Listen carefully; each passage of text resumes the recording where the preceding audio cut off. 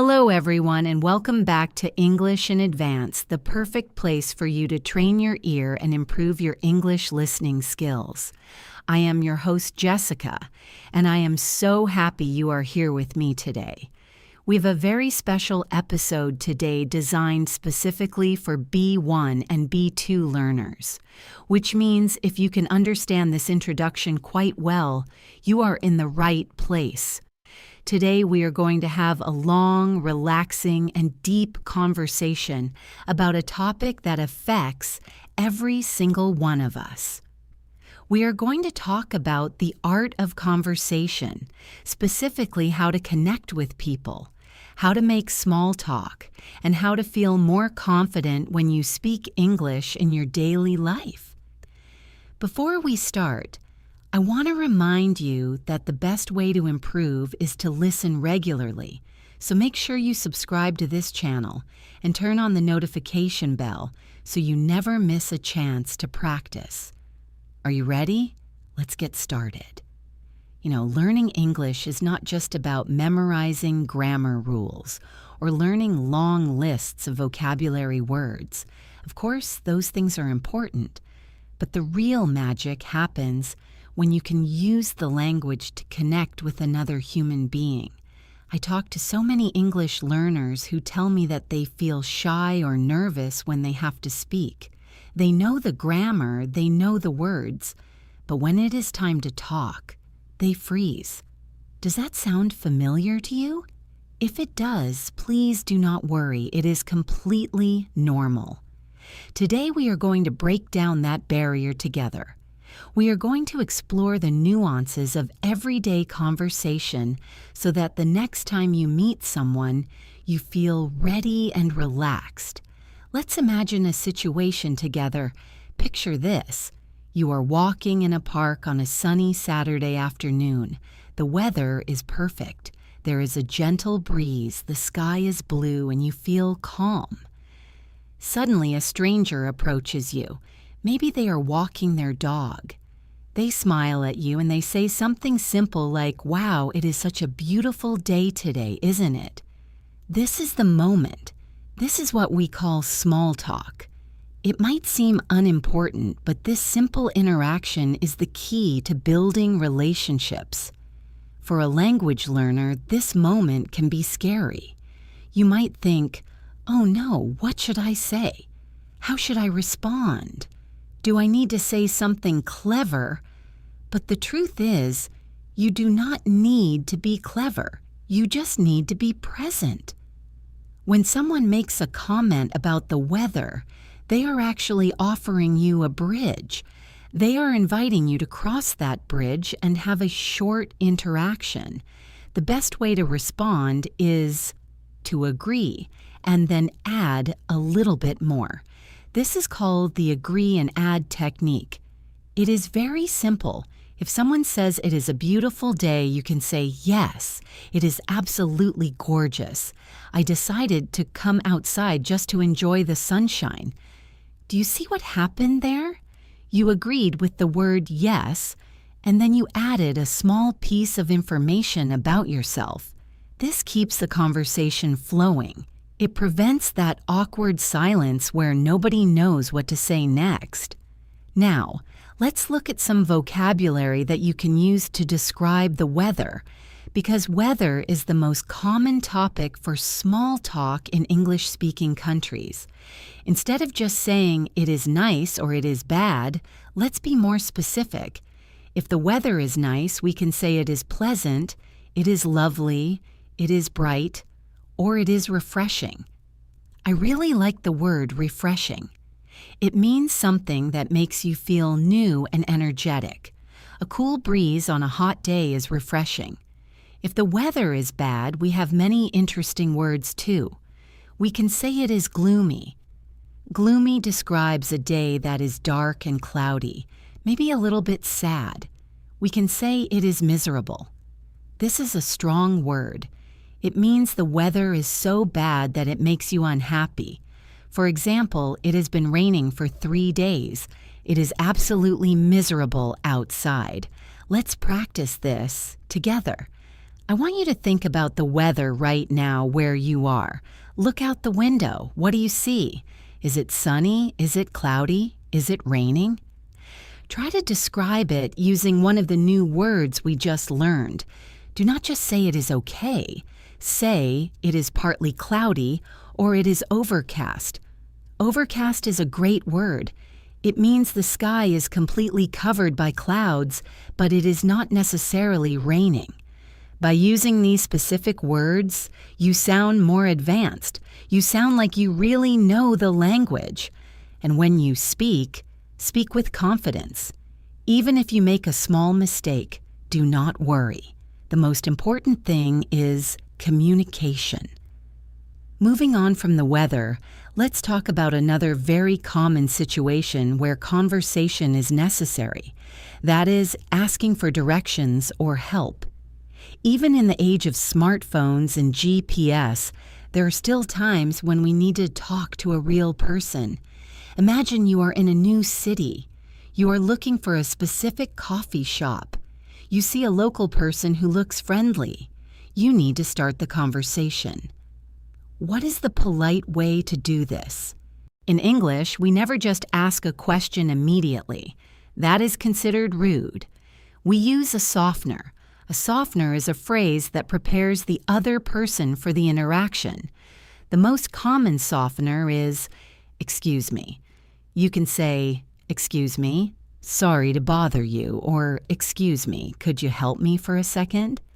These phrases show that you are polite and that you respect the other person's time. After the softener, you can ask your question, but instead of saying, "Where is the bank?" which is too direct, we use a more polite structure. We use phrases like, "Do you know where the bank is?" or "Could you tell me how to get to the station?" These are indirect questions. They sound much softer and more polite. Let me give you an example to show the difference. A direct question is, "Where is the nearest pharmacy?" An indirect question is, "Do you happen to know where the nearest pharmacy is?" Can you hear the difference? The second one sounds much gentler. Let's practice an indirect question together. I want you to imagine you are looking for a museum. I want you to say in your mind or out loud if you are alone, "Excuse me, could you tell me where the museum is?" Go ahead, say it. Great job. Now imagine you want to know the time. You can say, "Excuse me, do you have the time?" Or, "Do you happen to know what time it is?"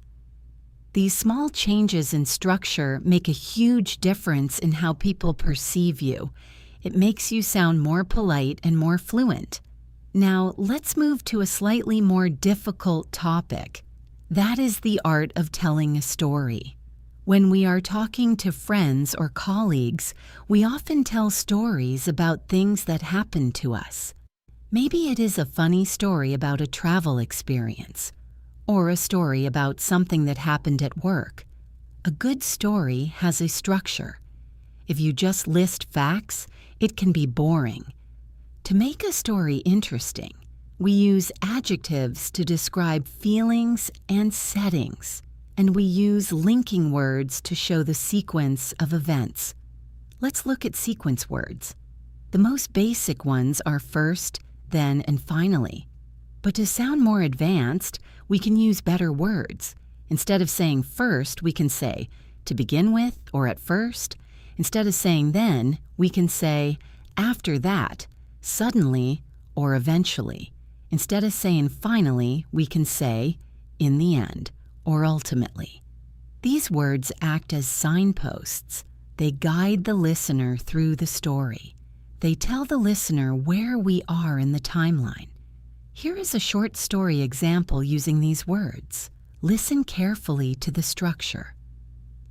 Last summer, I decided to go hiking in the mountains. To begin with, the weather was perfect, and I was feeling great. I walked for about 2 hours enjoying the view. After that, the sky suddenly became dark, and it started to rain heavily. I didn't have an umbrella, so I got completely wet. I had to hide under a tree for an hour. Eventually, the rain stopped and I could walk back to my car. In the end, it was a funny adventure, but at the time, I was quite cold.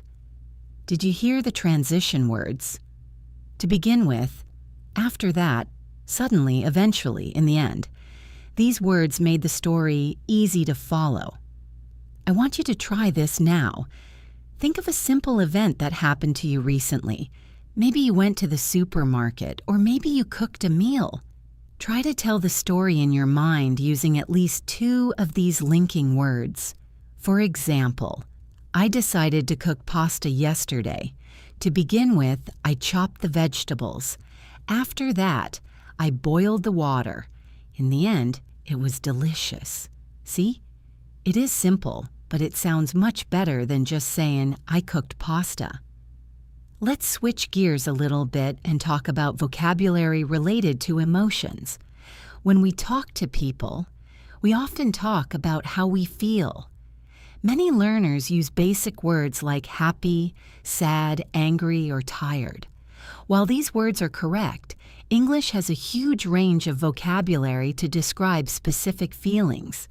Using these specific words will help you express yourself much better. For example, instead of saying I am happy, you can say I am thrilled. Thrilled means very, very happy, usually about a specific event. You can say I am delighted. This is a polite and warm way to express happiness. What about the opposite?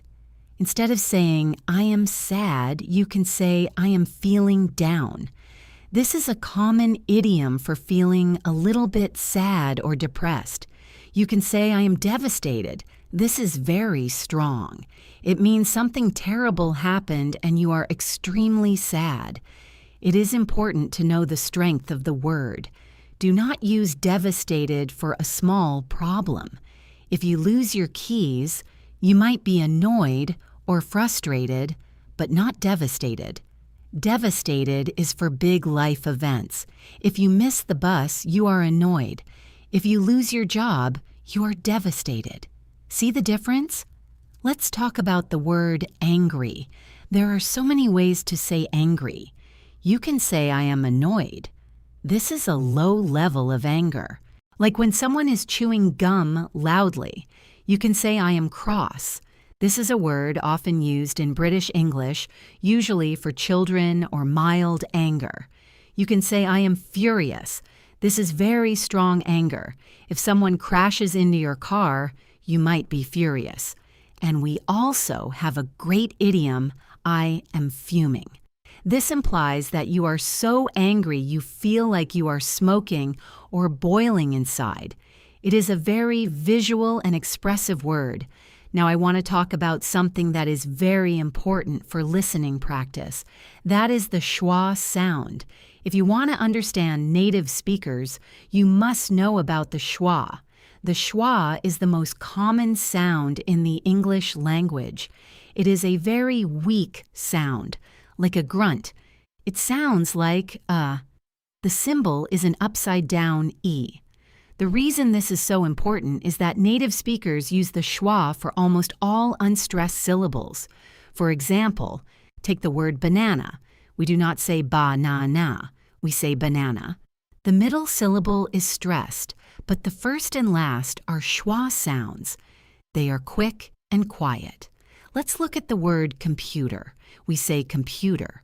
The stress is on the middle syllable. The first and last are weak. Computer. When you listen to a native speaker, listen for the rhythm. It is like music. Da, da, da, da. If you try to pronounce every syllable clearly and strongly, you will have trouble understanding fast speech. Because native speakers swallow the sounds, they eat the words. For example, the phrase, a cup of tea. We do not say a cup of tea, we say a cup of tea. The word of becomes just a schwa sound, cup of tea. This is why listening can be difficult.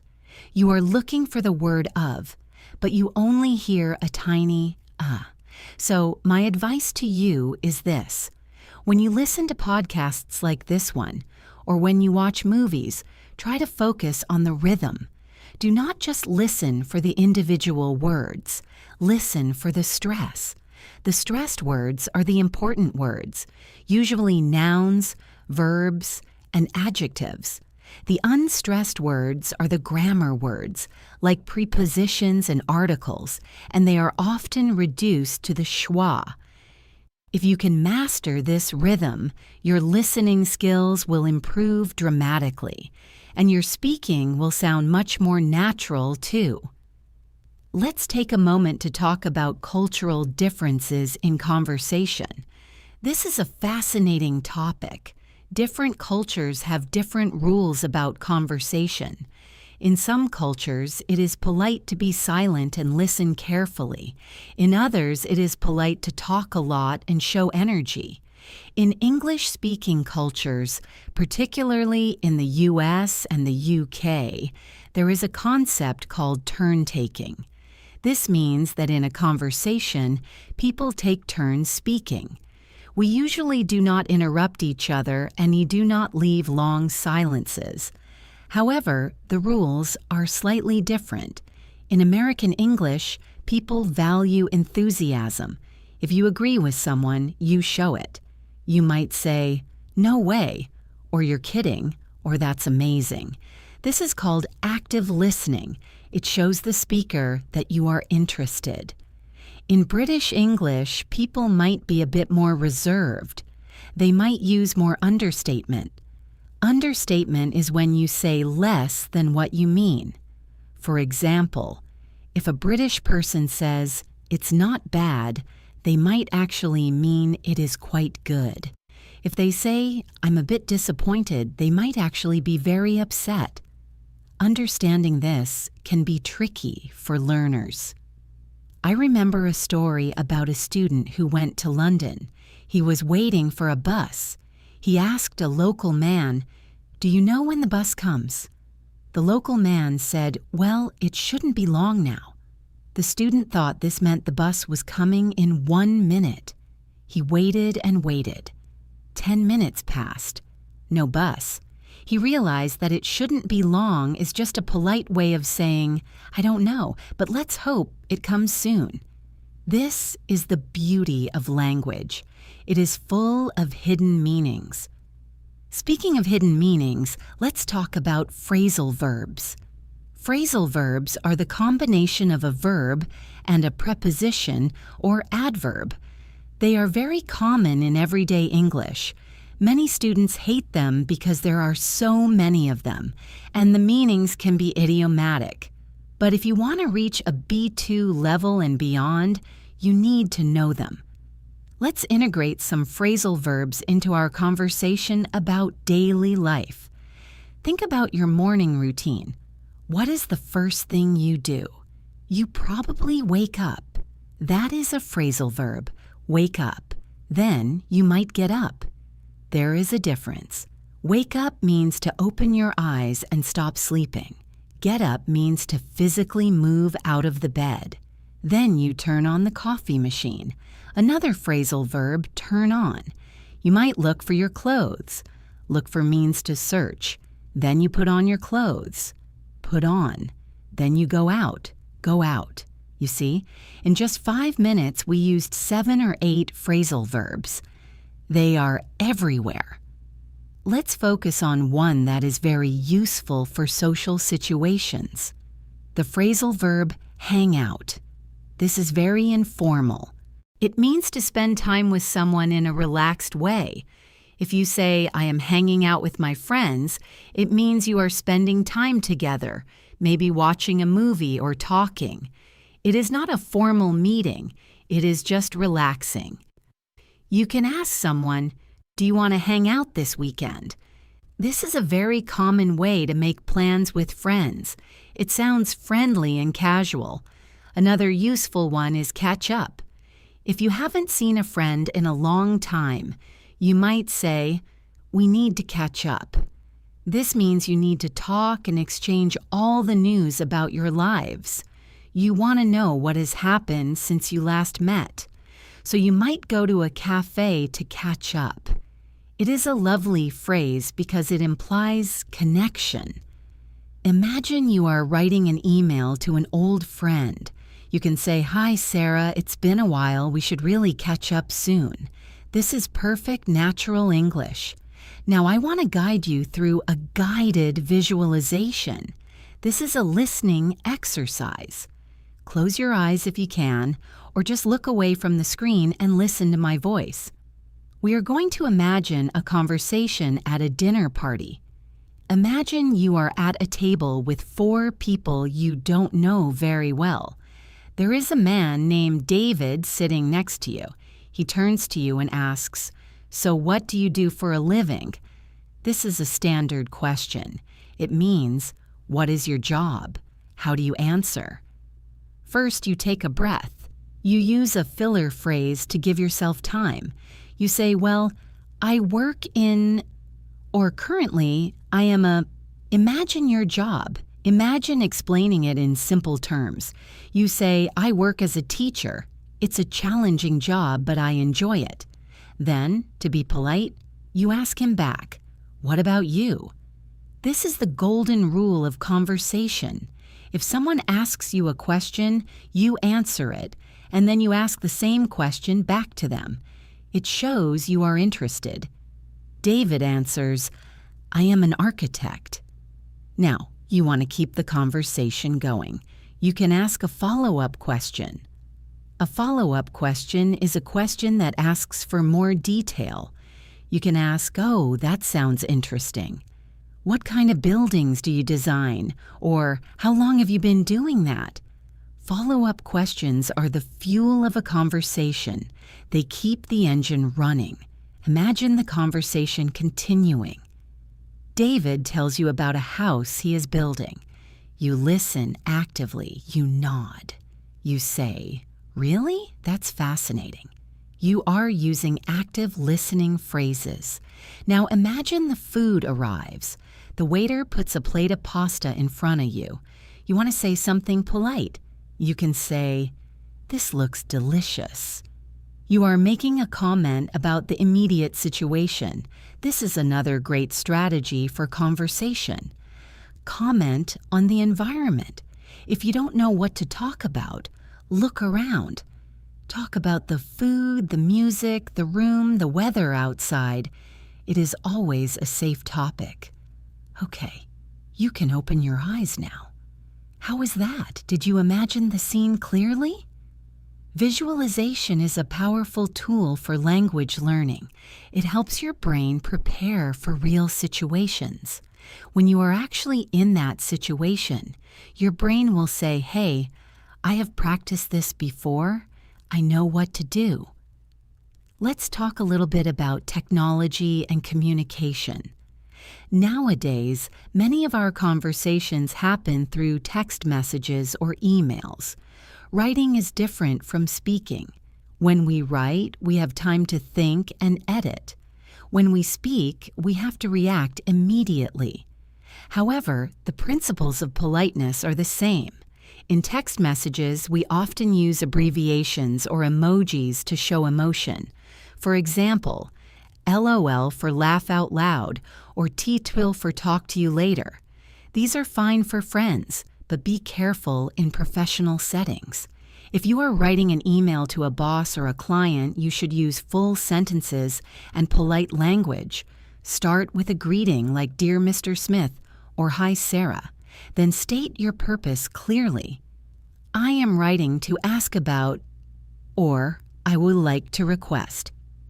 Then close the email politely. "Best regards," or "sincerely." These small formalities are important. They show respect. In a spoken conversation, you don't say "sincerely" at the end, but you might say, "It was nice talking to you," or "Have a great day." These are the spoken equivalents of a polite email closing. Now let's discuss the difference between formal and informal English. We've touched on this a little, but let's go deeper. Formal English is used in serious situations, like a job interview, a business meeting, or an academic presentation. Informal English is used with friends and family. The biggest difference is usually in the vocabulary and contractions. In informal English, we use contractions all the time. I am becomes I'm. Do not becomes don't. They have becomes they've. In formal English, we sometimes avoid contractions. We say I am instead of I'm. We say did not instead of didn't. This sounds more serious and clear. Also, the vocabulary changes. In informal English, we use words like buy, get, and help. In formal English, we might use purchase, obtain, and assist. They mean the same thing, but the feeling is different. Let's look at two sentences with the same meaning. Informal. Can you help me with this? Formal. Could you assist me with this matter? The meaning is the same, but the second one sounds much more professional. As a B1 to B2 learner, you should be able to switch between these two styles depending on who you are talking to. I want to tell you a little secret about fluency. Many students think fluency means speaking fast. This is not true. Fluency means speaking smoothly and naturally. You can speak slowly and still be fluent.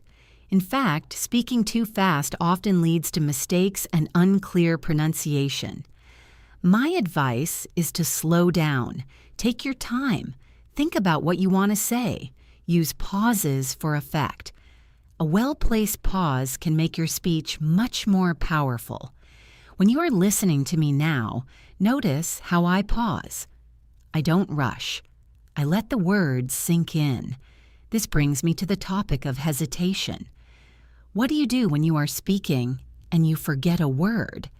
You know the meaning, but the English word just won't come to your mind. Do you stay silent? Do you panic? No. You use a time gainer or a filler. These are words that give you time to think. In English, common fillers are, well, let me see, and actually, native speakers use these all the time. If you use them correctly, you sound more natural. For example, if someone asks you a difficult question, you can say, well, that is a good question. Let me think about that for a second. You have just bought yourself 5 seconds to find the words.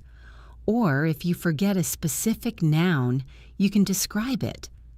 For example, if you forget the word for refrigerator, you can say, the thing in the kitchen that keeps food cold. This is a strategy called circumlocution. It means talking around a word. It is a very useful skill. Do not let a missing word stop your conversation. Describe it, move on, and keep the communication flowing. Let's do a quick challenge. I am going to describe an object, and I want you to guess what it is. I will not say the name.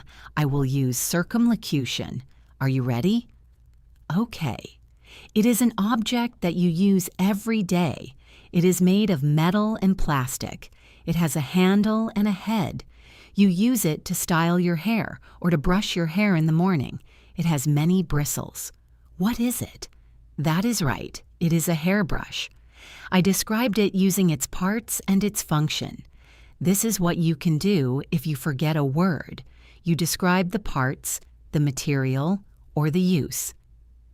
Now, I want to share some tips on how to improve your listening skills outside of this podcast. Listening is a skill that improves with practice. The more you listen, the better you get. But you need to listen actively. Active listening means you are focused. You are not just hearing noise in the background. One great technique is called shadowing. Shadowing is when you listen to an audio track and you repeat what the speaker says almost immediately after they say it. You become their shadow. This helps with pronunciation, intonation, and rhythm. You can do this with this podcast. Go back to the beginning of this episode, listen to a sentence, pause it, and repeat it. Try to copy my voice exactly. Copy the speed, the emotion, and the pauses. It might feel silly at first, but it is incredibly effective. It trains the muscles in your mouth to move in the right way. It also trains your brain to process the sentences faster. Another technique is dictation. Listen to a short clip, maybe 30 seconds long. Write down every word you hear. Then check the transcript. This will show you exactly which words you missed. Usually, it is the small grammar words or the contractions that people miss. Let's talk about motivation. Learning a language is a marathon, not a sprint. It takes a long time. There will be days when you feel like you are not improving. You will feel stuck. This is called the intermediate plateau. It happens to many learners around the B1 and B2 level. You can communicate well, but you don't feel like you are learning new things quickly anymore. This is normal. To break through the plateau, you need to challenge yourself. You need to step out of your comfort zone. Maybe you usually watch TV shows with subtitles. Try watching one episode without subtitles. Maybe you usually read easy articles. Try reading a real novel or a news article. You might not understand everything, and that is okay. The goal is to push your brain. When the brain has to work a little bit harder, that is when the learning happens. Also, try to make it fun. Watch a comedy show. Listen to a podcast about a hobby you love, like cooking or sports. When you enjoy the content, the language acquisition happens naturally. You don't even realize you are learning. I want to tell you a story about when I was learning a second language. I studied Spanish for many years. I could read books and write essays. But when I went to Spain, I could not understand the people on the street. They spoke so fast. I felt so frustrated. But then I made a decision. I stopped trying to understand every single word. I focused on the context. I looked at their hands, their faces, and the environment. I realized that communication is more than just words. It is about context. Once I relaxed and stopped stressing about every word, my understanding improved. I want you to remember that. You don't need to understand 100%. If you understand the main idea, that is a success. Let's explore some idioms that are commonly used in conversation. Idioms are phrases where the meaning is different from the individual words. They add color to the language. One very common idiom is piece of cake. If something is a piece of cake, it is very easy. For example, the exam was a piece of cake. Another one is break a leg. This is used to wish someone good luck, usually before a performance or a presentation. It sounds strange, but it is very common. You might say to a friend, break a leg in your interview today. Another great idiom is spill the beans. This means to tell a secret. If you say, come on, spill the beans, tell me what happened, you are asking them to tell you the news or the gossip. And one more for today, hit the sack. This means to go to bed or go to sleep. After a long day, you might say, I am so tired, I am going to hit the sack. These idioms are used all the time in movies and TV shows. Learning them will help you understand native speakers much better. As we continue our journey through the English language today, let's look at the importance of intonation. Intonation is the music of the language. It is the rise and fall of the voice. Intonation can change the meaning of a sentence completely. For example, take the sentence, I didn't say he stole the money. If I say it with a normal tone, it is just a statement. But if I stress the word I didn't say he stole the money, it implies that someone else said it. If I stress the word he, I didn't say he stole the money, it implies that I think someone else stole it. If I stress the word stole, I didn't say he stole the money, it implies he maybe borrowed it or took it by accident. See how complex that is? The words are the same, but the meaning changes. When you listen, pay attention to which words are stressed. Usually, the stressed word carries the new or important information. When you speak, try to use intonation to express your emotions. If you are asking a yes-no question, your voice usually goes up at the end. Are you hungry? If you are making a statement, your voice usually goes down. I am hungry. If your intonation is flat, like a robot, you might sound bored or uninterested. Using good intonation makes you sound engaging and human. Let's pause for a moment and talk about you. How is your English journey going? I hope this podcast is helping you. Remember, consistency is key. Listening for 10 minutes every day is better than listening for 2 hours once a week. Your brain needs regular contact with the language. It is like watering a plant. You need to water it a little bit every day, not a lot once a month. So try to make English a part of your daily routine. Listen while you are cooking, while you are driving, or while you are exercising. This is called passive listening, and it is very helpful for getting used to the sounds and rhythm of English. We are going to shift topics slightly now and talk about travel. Traveling is one of the best reasons to learn English. English is the international language of tourism. If you are at an airport in Asia, Europe, or South America, the announcements will likely be in English. Let's practice some airport vocabulary. When you arrive at the airport, you first go to the check-in counter. You show your passport and your ticket.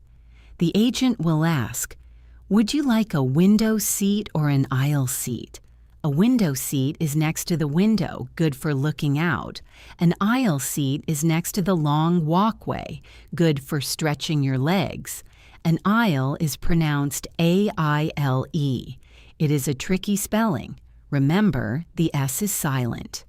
After check-in, you go through security. You have to put your bags on the conveyor belt. You might need to take out your liquids and your laptop.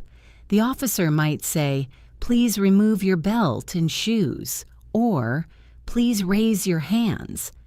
It is important to understand these commands clearly. Listen for keywords like remove, liquids, laptop, and pockets. Once you are through security, you wait at the boarding gate.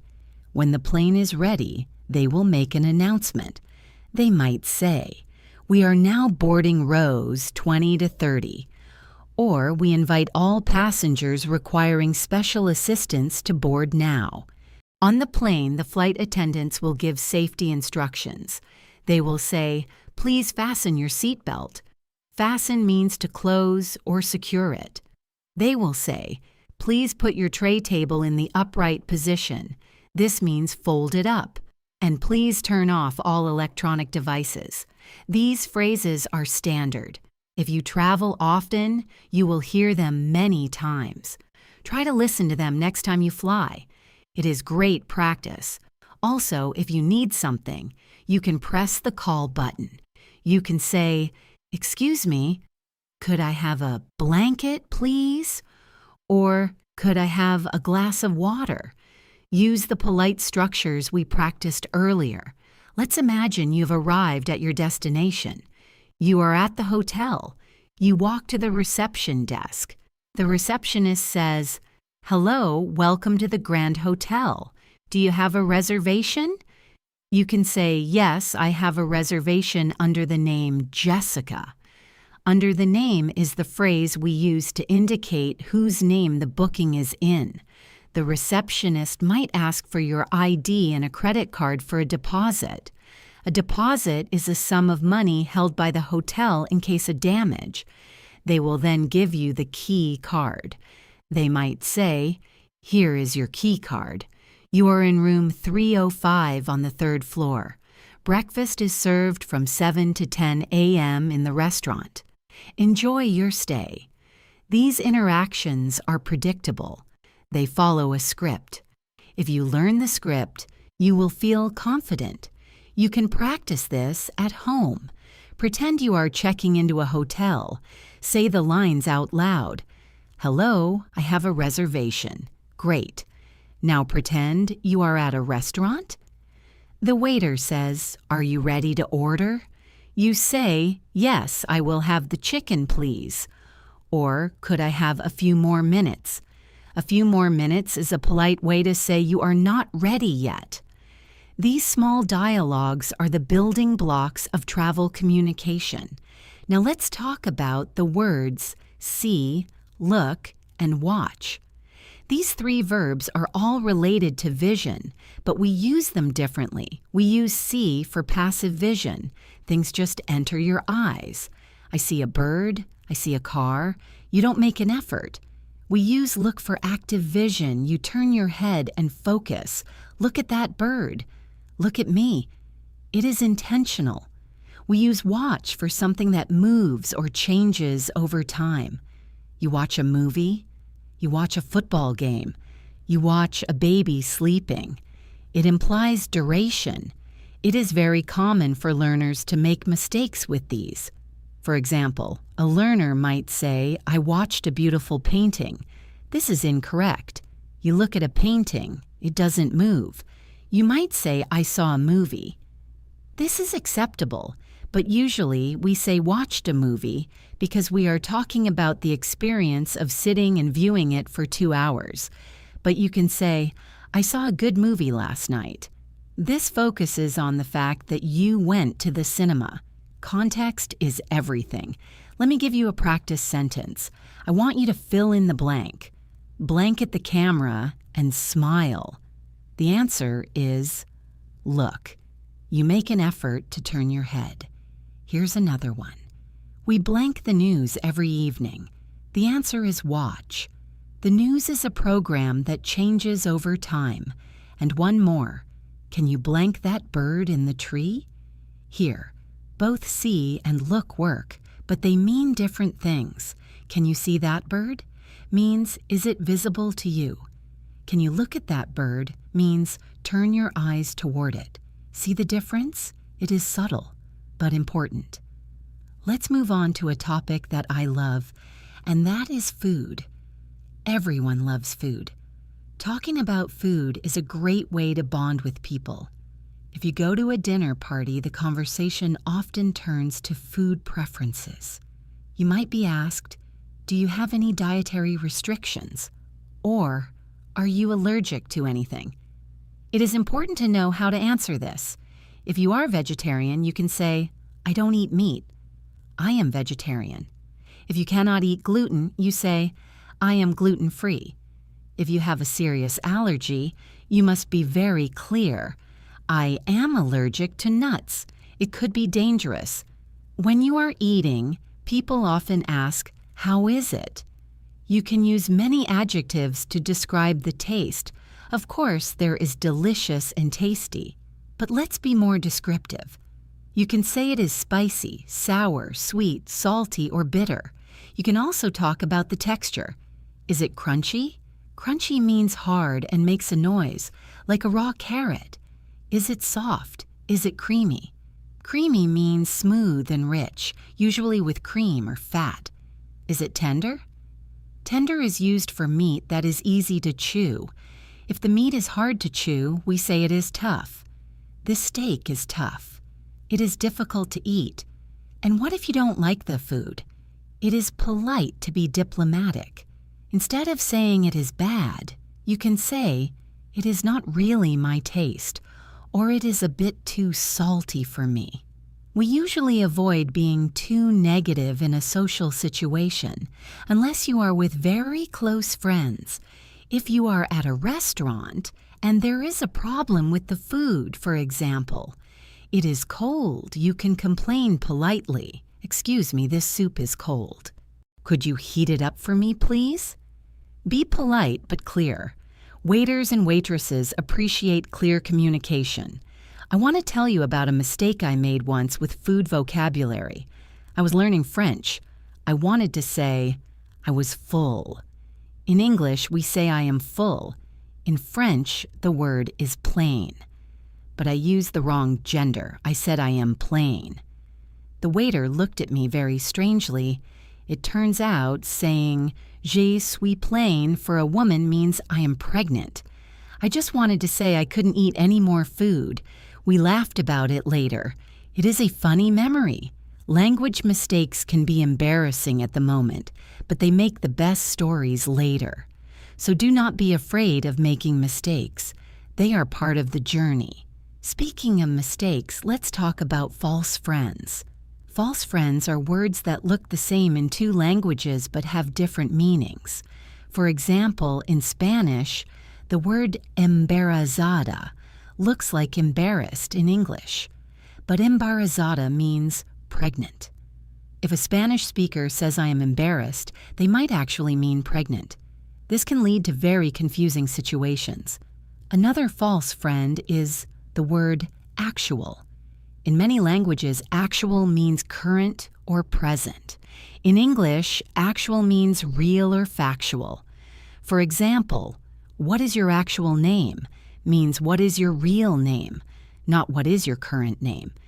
It is important to be aware of these false friends in your own native language.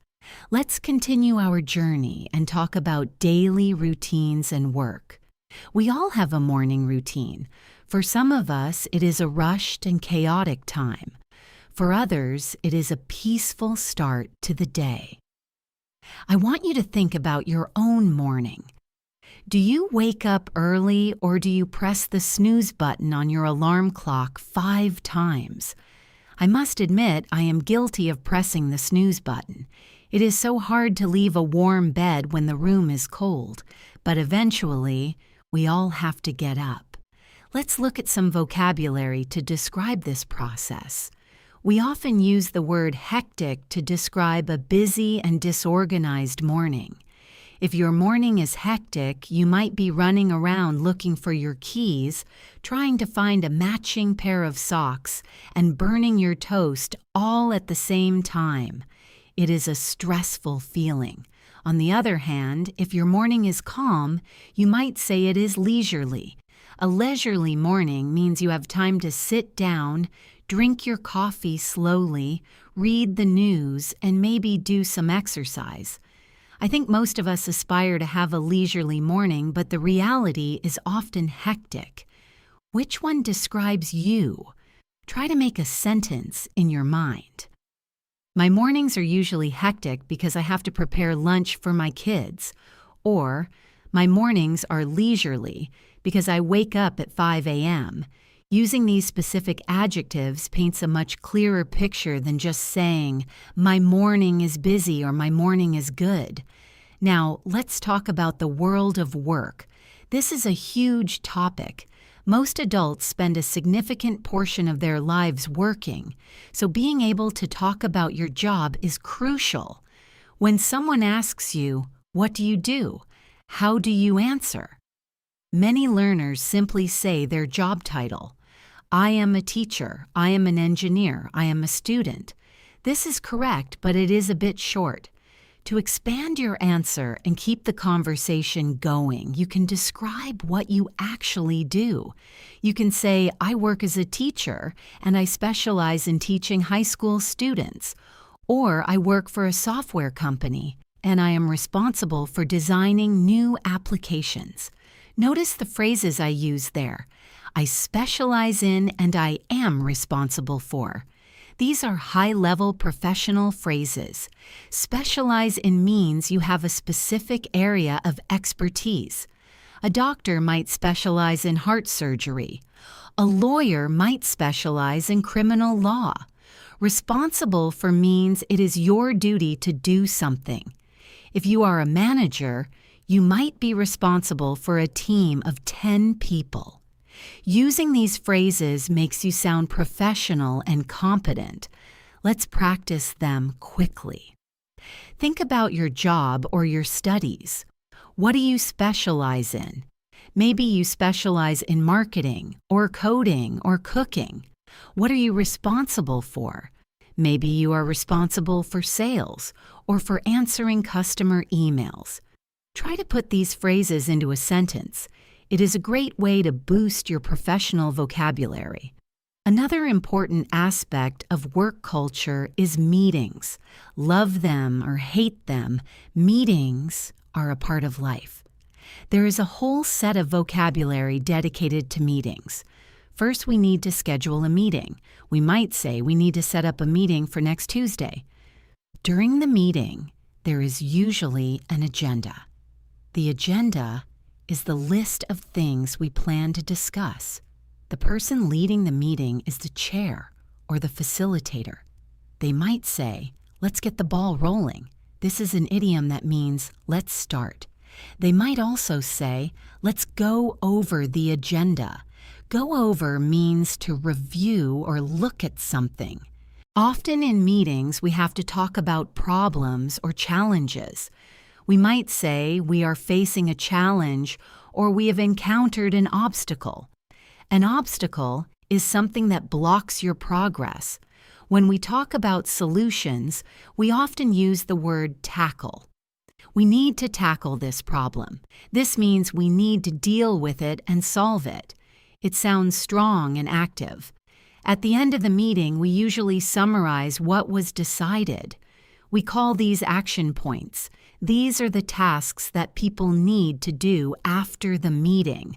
For example, John will email the client and Sarah will finish the report. Clear communication in meetings is highly valued in the workplace. If you can use terms like agenda, obstacle, tackle, and action points, you will sound very fluent in a business context. But work isn't everything. We also need to talk about work-life balance. This is a very popular topic these days. People are realizing that working too much can lead to burnout. Burnout is a state of emotional and physical exhaustion caused by excessive and prolonged stress. If you have burnout, you feel tired all the time. You lose motivation, and you might even get sick. We often talk about the need to unwind. To unwind means to relax after a period of work or tension. How do you unwind? Some people unwind by watching TV. Others unwind by going to the gym or going for a run. Finding the right work-life balance is key to a happy life. Let's move on to the topic of health, which connects closely to stress and burnout. Talking about health is important because sooner or later, we all get sick. If you are living in an English-speaking country, you might need to see a doctor. Describing symptoms can be difficult. A symptom is a physical feature that indicates a condition of disease. For example, a headache is a symptom. A fever is a symptom. Let's learn how to describe these things accurately. Instead of just saying my head hurts, which is fine, you can say I have a splitting headache. Splitting means it feels like your head is breaking apart. It is a very strong headache. You can also say I have a migraine. A migraine is a specific type of very painful headache, often accompanied by sensitivity to light. If you have a cold, you might say I have a runny nose or I have a stuffy nose. A runny nose is when liquid comes out. A stuffy nose is when it feels blocked and you cannot breathe well. You might also have a sore throat. Sore means painful or tender. You can have sore muscles after the gym too. If you have a fever, your body temperature is high. You might say, I am running a fever. These are specific descriptions. Doctors appreciate precise information. If you go to the doctor, they will ask, what seems to be the problem?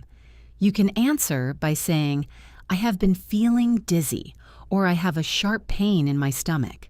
Sharp pain is sudden and strong, whereas a dull ache is a continuous low-level pain. Now, let's talk about lifestyle choices. Health is not just about being sick, it is about staying well. We often talk about diet and exercise. There are many opinions on this topic. Some people are very health conscious. This means they are very aware of what they eat and how much they move. They might avoid processed foods. Processed foods are foods that have been altered from their natural state, often by adding sugar, salt, or fat. They might prefer whole foods, like fresh vegetables, fruits, and grains. We also talk about moderation. Eating in moderation means not eating too much of one thing. You can have a piece of cake, but maybe not the whole cake. It is a balanced approach. When it comes to exercise, there are many options. You can go jogging, which is running at a slow, steady pace. You can go swimming, which is great for your joints. You can do yoga, which improves flexibility and mental peace. Or you might go to the gym to lift weights. I want to introduce a useful idiom here: to be in shape. If you are in shape, you are physically fit. If you haven't exercised in a long time, you might say you are out of shape, or you might say you need to get fit. These are very common expressions. I have decided to start running every morning because I want to get fit. That sounds very natural. Let's shift our focus to another vital part of life: technology. We live in a digital age. Our phones and computers are extensions of ourselves. It is almost impossible to live without them. But how do we talk about technology? We use the internet to browse websites. We use apps to chat with friends. We scroll through social media feeds. Sometimes technology can be frustrating. Your computer might crash. This means it suddenly stops working. You might lose a file. You might have a problem with your connection. We say the internet is down. If the internet is down, you cannot connect. In an office, this is a common complaint. I can't send this email. The internet is down. We also talk about glitches. A glitch is a small temporary fault. Maybe the video call freezes for a second, or the audio is bad. That is a glitch. And of course, we all worry about privacy. We hear a lot about hackers and data breaches.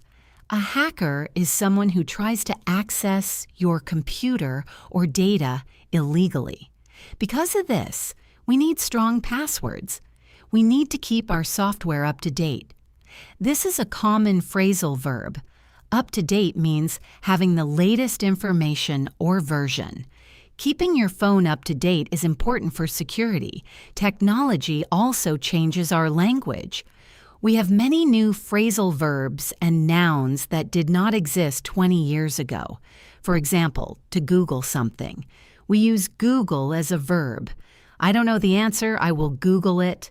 Or to text someone, I will text you the address. Or to stream a movie. We stream content online instead of watching it on a traditional TV channel. It is fascinating how language evolves with technology. Being familiar with these tech terms is very useful for modern conversations. Now, I want to take a moment to talk about the weather again, but this time in more detail. We mentioned it briefly earlier, but weather is such a safe and reliable topic for conversation. It is often called the icebreaker. An icebreaker is something that relieves tension or gets conversation going between people who don't know each other. Commenting on the weather is the perfect icebreaker. However, the weather can be unpredictable. You might look at the forecast. The forecast is the prediction of the weather. The forecaster might say it will be sunny, but then it rains. We call this unpredictable weather, or we might say the weather is changeable. This means it changes often. We also have specific words for different types of rain. It can drizzle. A drizzle is very light rain. You don't even need an umbrella, really. It is just wet mist. Then there is shower. A shower is a short period of rain. It might rain for 20 minutes and then stop. Then there is a downpour. A downpour is heavy, sudden rain. It rains hard and fast. You definitely need an umbrella or a raincoat. And then there is the storm. A storm involves strong wind, thunder, and lightning. Lightning is the flash of light in the sky. Thunder is the loud noise that follows. It can be quite scary but also impressive. Describing the weather accurately helps you set the scene in a story. We were walking in the park when suddenly there was a huge downpour, and we got soaked to the bone. Soaked to the bone is a great idiom, meaning you are extremely wet. Let's take a short break from vocabulary and talk about a grammatical structure that is very common in stories. This is the past continuous tense. We use this to set the background of a story. We use was or were plus the verb with ing. For example, I was walking. The sun was shining. The birds were singing. This creates an atmosphere. It shows an action that was in progress. Then we use the past simple to interrupt that action. I was walking, past continuous, when it started to rain, past simple.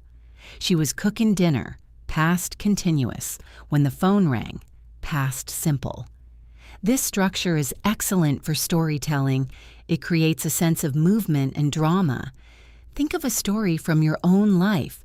Try to start with the past continuous. I was sitting in a cafe drinking coffee. I was reading a book. That sets the scene. Then, something happened. Suddenly, a friend walked in. The lights went out. I dropped my spoon. This mix of continuous and simple past makes your story dynamic. It helps the listener visualize the scene. I encourage you to practice this. Next time you tell a friend about your weekend, try to use the past continuous to set the scene. I was relaxing at home is a great way to start. Now, let's explore the topic of making suggestions and giving advice. This is a functional part of language that we use all the time. Friends ask us for advice. What do you think I should do? Or we might suggest a plan for the weekend. There are many ways to do this, ranging from casual to formal. If you are with a friend, you can use the word let's. Let's go to the cinema. Let's grab a coffee. This is very informal and friendly. Another casual way is how about? How about going for a walk? Notice we use the ing form after how about. How about trying that new restaurant? If you want to be a bit more polite, perhaps with a colleague or someone you don't know very well, you can use why don't we? Why don't we meet at 2 p.m.? This sounds softer than let's meet. When giving advice, the most common phrase is should. You should see that movie, it's great. But should can sometimes sound a bit strong, like you are telling them what to do. A softer way is could. You could try restarting the computer. This is just a suggestion, not a command. Another excellent phrase is I would recommend. This sounds professional. I would recommend this book if you like history. Or, if I were you, I would. This is an idiom. If I were you, I would accept the job offer. It puts you in their shoes and shows empathy. Practice these forms with me. Imagine your friend is bored. You want to suggest an activity. Say to yourself, why don't we go for a hike? Or how about playing a video game? Now imagine your friend has a headache. Give them advice. Say, you should drink some water. Or, if I were you, I would take a nap. Having a range of these phrases allows you to adjust your tone depending on who you are talking to. It makes your English more socially aware. I want to touch upon the subject of shopping. This is another everyday activity that requires specific vocabulary. Whether you are shopping for groceries, clothes, or electronics, there are interaction scripts you will hear. When you enter a store, the assistant might ask, "Can I help you?" A common response is, "I'm just looking, thanks." This means you don't need help right now, you want to browse. Browsing means looking at items without a specific goal. If you find something you like, you might want to try it on. We always say try on for clothes. Where can I try this on? The assistant will direct you to the fitting room or changing room. Once you have decided, you go to the counter or the register to pay. They might ask, how would you like to pay? You can say, I'll pay by card or I'll pay cash. They might ask for a receipt. The receipt is the paper proof of purchase. They might ask, would you like a bag? Nowadays, you often have to pay for plastic bags to encourage recycling, so it is good to bring your own reusable bag. If there is a problem with the item later, you might want to return it or exchange it. The store policy is usually on the receipt. Being confident in these interactions makes shopping much easier and less stressful. Let's talk about money in general. Money is a topic that comes up in news, business, and sometimes even among friends. There are many idioms related to money. If something is expensive, you can say it costs an arm and a leg. This is a vivid idiom. It implies the price is so high it is painful. That car costs an arm and a leg. If something is cheap, you can say it is a bargain. A bargain is a good deal, something bought for less than its real value. You might hear people say, I got it for a steal. This means it was incredibly cheap. Another idiom is break the bank. If you say, this dinner won't break the bank, you mean it is not too expensive, you can afford it. We also talk about saving money. Some people are savers and some are spenders. If you save money regularly, you might have a nest egg. A nest egg is a sum of money saved for the future, perhaps for retirement or a big purchase. And if you spend all your money and have nothing left, you might say you are broke. I can't go out tonight, I'm broke. This is very common slang. It doesn't mean your bones are broken, just your bank account is empty. These idioms are colorful and extremely common in native speech. Now, I want to transition to something a bit more intellectual. Let's discuss expressing opinions. We looked at small talk, but what about deeper conversations? Maybe you are discussing politics, the environment, or a movie. B2 learners should be able to express complex opinions. Start with a phrase like, in my opinion, or from my point of view. You can also say, personally, I think. These are clear signals that you are sharing your thoughts. However, sometimes we want to soften our opinion, especially if it is a sensitive topic. We can use it seems to me that, or I tend to think that. These phrases sound less aggressive. They leave room for the other person to disagree. If you strongly agree with someone, you can say, I couldn't agree more. This means you agree 100%. It is a strong agreement. You can also say, you are absolutely right. If you disagree, it is polite to acknowledge their point first. I see what you mean, but... Or, that's a good point, however. The word however is a professional way to introduce a contrasting idea. Avoid simply saying, you are wrong. It is too direct and can cause conflict. Instead, say, I'm not sure I agree with that. This is diplomatic. Diplomatic language is key in professional and social settings. It helps maintain good relationships even when you have different views. Let's have a mini debate in our minds. I will give a statement, and you can think about how you would respond. Here is the statement. Social media does more harm than good. What do you think? You could say, in my opinion, social media helps us stay connected with friends, so I disagree. Or, I tend to think you are right. It can cause anxiety and waste a lot of time. See how easy it is to plug in the phrases? Try to use these opinion phrases in your next conversation. They structure your thoughts and make you sound more articulate. As we continue, let's focus on the vocabulary of the environment.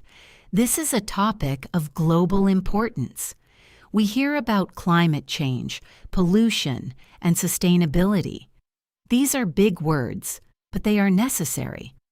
Climate change refers to the long-term shift in temperatures and weather patterns. Pollution is the introduction of harmful materials into the environment. We talk about plastic pollution in the oceans. We talk about air pollution in big cities. Sustainability is the idea of meeting our own needs without compromising the ability of future generations to meet theirs. We might buy sustainable products, which are products that do not harm the environment. We also talk about recycling. This is processing used materials into new products.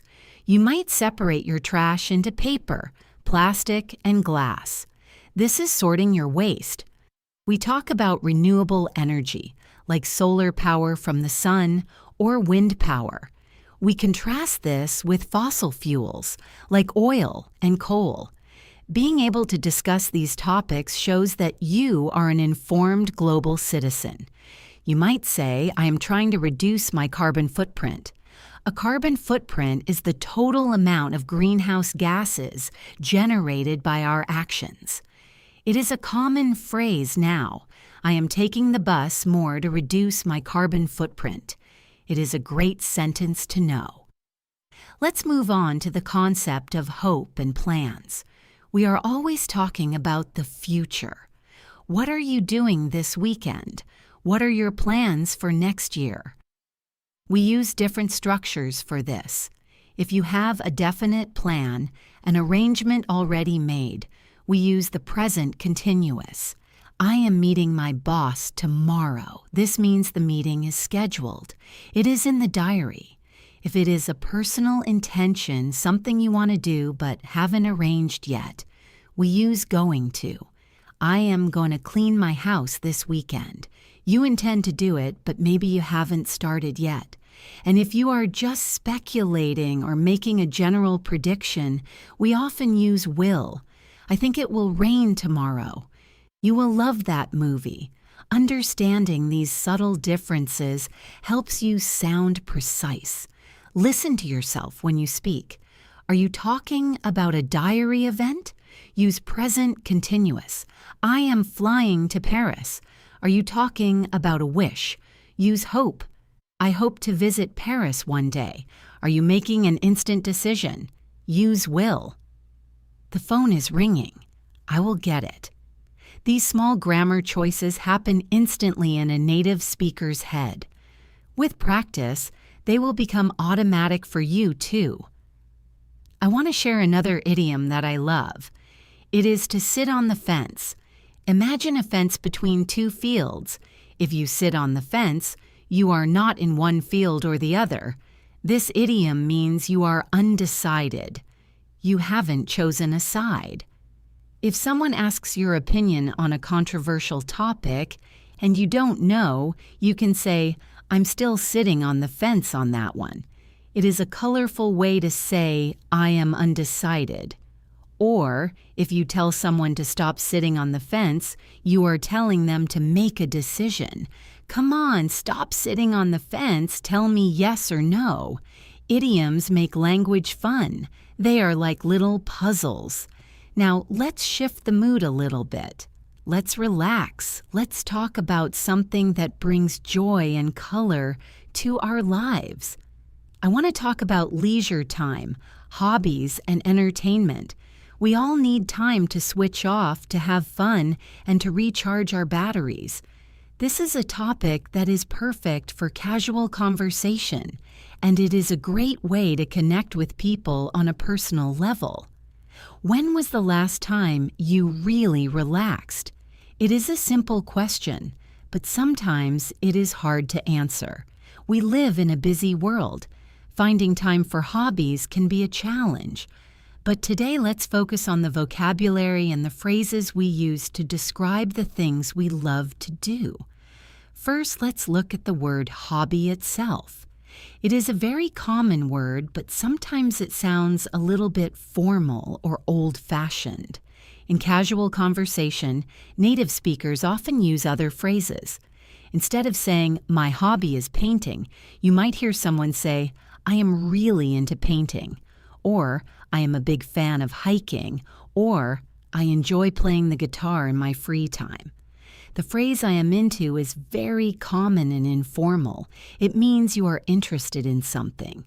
You can say, "I am into photography," or "I am really into cooking right now." It implies a current interest. Another great phrase is keen on. This is slightly more common in British English but understood everywhere. I am keen on learning new languages. It shows enthusiasm. Using these variations makes your English sound more natural and less like a textbook.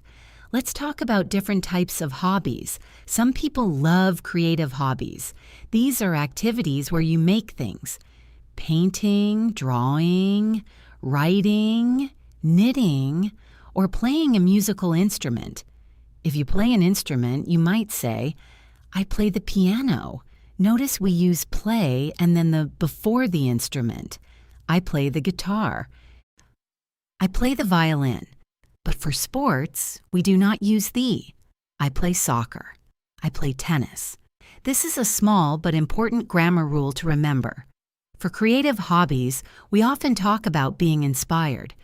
Inspiration is the spark that starts a creative process. You might say, "I find inspiration in nature," or "I feel so creative when I listen to music." Other people prefer active hobbies. These are hobbies that involve movement and exercise. We've already talked about jogging and swimming, but there are so many others. Hiking is walking in nature, usually in the mountains or forests. Camping is staying outside in a tent. Some people love adrenaline sports or extreme sports. These are sports that are dangerous and exciting, like skydiving, bungee jumping, or rock climbing. If you love the feeling of excitement and a little bit of danger, you might be an adrenaline junkie. A junkie is an informal word for someone who is addicted to something, but in this context, it means you love the rush of excitement. Then there are intellectual hobbies. These are hobbies that challenge your mind. Reading is the most common one. People who love reading are often called bookworms. A bookworm is someone who loves books and reads a lot. If you are a bookworm, you might spend hours in a bookstore or a library. You might talk about the plot of a book. The plot is the sequence of events, the story. You might discuss the characters, the people in the story. You can describe a book as a page-turner. A page-turner is a book that is so exciting you cannot stop reading it. You have to turn the page to see what happens next. If you didn't like the book, you might say it was boring or predictable. Predictable means you knew exactly what was going to happen before it happened. There was no surprise. Let's talk about movies and cinema. This is a universal topic. Everyone watches movies. When we talk about movies, we talk about genres. A genre is a category or style. You have action movies, comedies, dramas, horror movies, thrillers, and documentaries. A comedy is designed to make you laugh. A horror movie is designed to scare you. A documentary is a factual movie about real life, like nature or history. Knowing these genre names is very useful. If a friend asks, "What kind of movies do you like?" you can say, "I love sci-fi movies." Sci-fi is short for science fiction. Or, "I am a big fan of romantic comedies." We often shorten romantic comedy to rom-com. It is a very common abbreviation. How do we describe a movie? We use adjectives. Instead of just saying good or bad, let's be descriptive. If a movie is exciting and fast, we can say it is action-packed or fast-paced. If it makes you cry, it is a tearjerker. If it makes you think, it is thought-provoking. If it is strange and hard to understand, it might be confusing or surreal. And if the acting is bad and the story is silly, we might call it cheesy. Cheesy means it is lacking style or quality, often in a slightly funny way. It is a great slang word to know. We also talk about the cast. The cast is the group of actors in the movie. The main actor is the star. You might say, Brad Pitt is the star of this movie. The person who directs the movie is the director. You might say, I love the director's style. These words, plot, cast, genre, director, are the building blocks for discussing films. Next time you watch a movie, try to describe it in 2 or 3 sentences using this vocabulary. For example, I watched a thriller last night. It was fast-paced and the acting was brilliant, but the ending was a bit predictable. That is a perfect B2 level summary. Let's move on to music. Music is the soundtrack of our lives. We all have songs that we love. How do we talk about music? We talk about the beat or the rhythm. The beat is the steady pulse of the music. If a song makes you want to dance, you might say, it has a great beat. We talk about the lyrics. The lyrics are the words of the song. If the words are poetic and meaningful, you can say, the lyrics are beautiful, or the lyrics are deep. If you just like the sound and don't care about the words, you might say, it has a catchy melody. Catchy means it is easy to remember and sticks in your head. Sometimes you hear a song in the morning and it stays in your head all day. We call that an earworm. It sounds strange, but it is a real term. An earworm is a song that repeats in your mind. We also go to live music events. We call these gigs or concerts.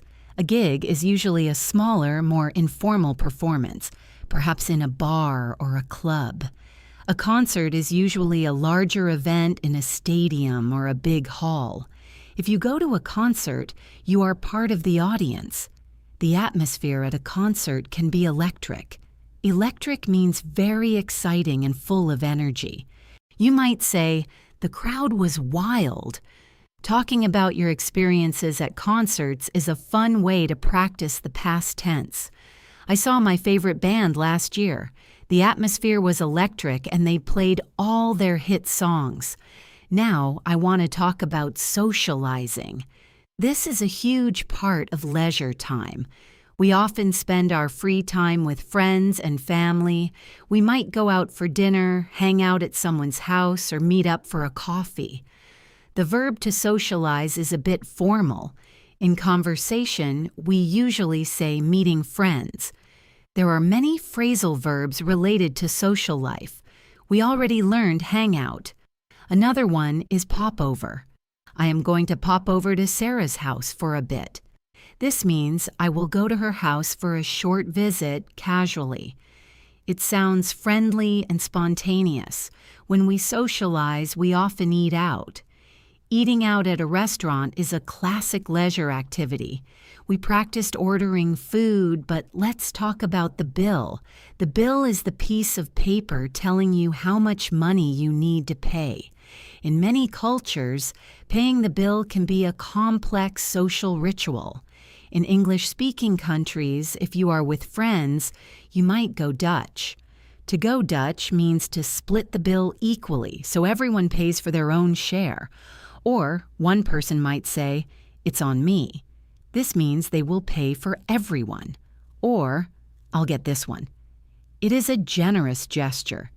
If you want to pay but your friend insists, you might say, no, let me get it, or you paid last time, it's my turn.